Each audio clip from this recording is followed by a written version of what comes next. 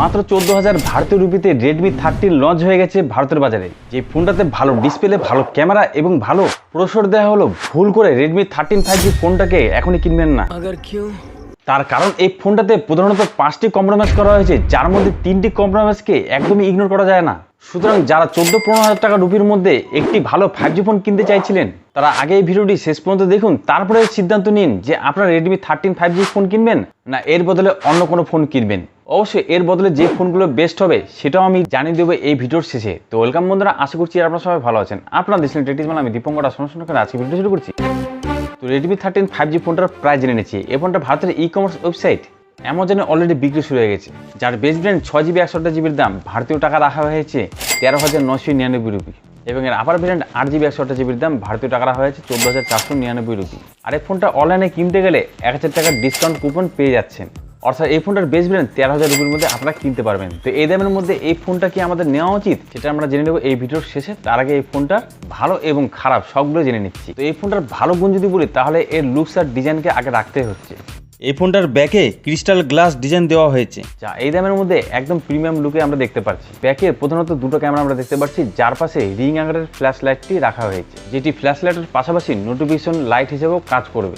এটি যথেষ্ট unique features লেগেছে আমার কাছে। এছাড়া এই ফোনটাকে 3টি দুর্দান্ত কালারে কিনতে পারবেন, ব্ল্যাক, পিঙ্ক, ব্লু, 3টি কালারে কিন্তু দুর্দান্ত লেগেছে আমার কাছে। ফোনটা খুব একটি চড়া নয়, 8.3 এর চড়া এবং ওজনে 203 গ্রাম, অর্থাৎ ফোনটা যথেষ্ট ভারী। হ্যান্ডস্প্রেস এক্সপ্রেস খুব একটি ভালো পাবেন না।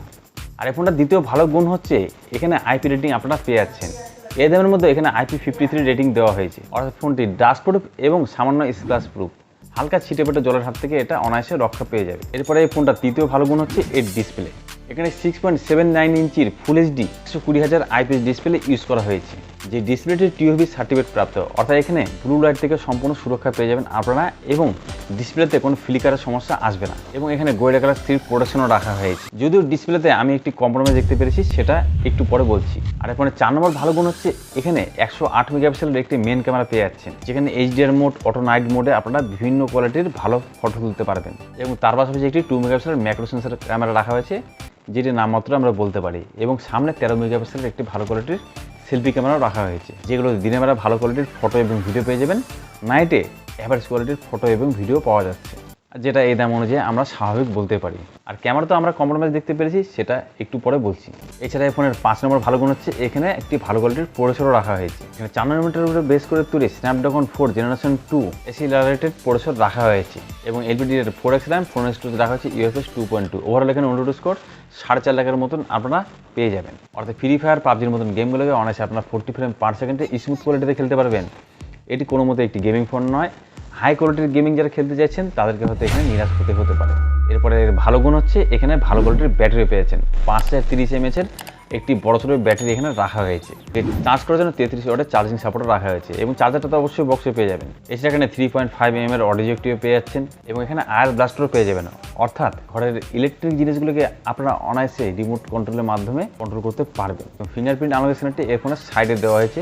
আর এখানে সিম স্লটের যদি কথা বলি, তাহলে এখানে হাইব্রিড সিম স্লট পেয়ে যাচ্ছেন, অর্থাৎ দুটো সিম বা একটি সিম একটি মেমোরি কার্ড ইউজ করতে পারবেন। তো এখানে ভালো গুণগুলো তো আপনারা জেনে নিলেন। এখন দেখে নিচ্ছি এই ফোনের কী প্রবলেম বা কম্প্রোমাইজ করা হয়েছে Redmiর তরফ থেকে। তো এই ফোনের প্রথম কম্প্রোমাইজটি করা হচ্ছে এর হাইপার ওএস একটি ভালো কোয়ালিটির ওএস সিস্টেম, কিন্তু এখানে ঠিকঠাকভাবে একে কাস্টমাইজেশন করেনি Redmi, যার ফলে এখানে বেশ কিছু প্রি ইনস্টল অ্যাপ, ব্লুটুয়ার এবং প্রচুর অ্যাড আপনারা দেখতে পারবেন, অর্থাৎ সফটওয়্যার এক্সপিরিয়েন্স খুব একটি ভালো পাবেন না। যদি Redmiর তরফ থেকে এখানে সম্ভবত 2 বছরের সিকিউরিটি আপডেট এবং 1 বছরের ওএস আপডেট প্রোভাইড করা হবে। আর এখানে দ্বিতীয় কম্প্রোমাইজটি করা হয়েছে এর ডিসপ্লেতে। এখানে মাত্র 550 নিটস পিক ব্রাইটনেস পেয়ে যাবেন, অর্থাৎ ঘরের ডিসপ্লেতে কন্টেন্ট দেখতে কোনো সমস্যা হবে না, কিন্তু বাইরে হয়তো ডিসপ্লেতে কন্টেন্ট দেখতে আপনারা সমস্যায় পড়তে পারেন।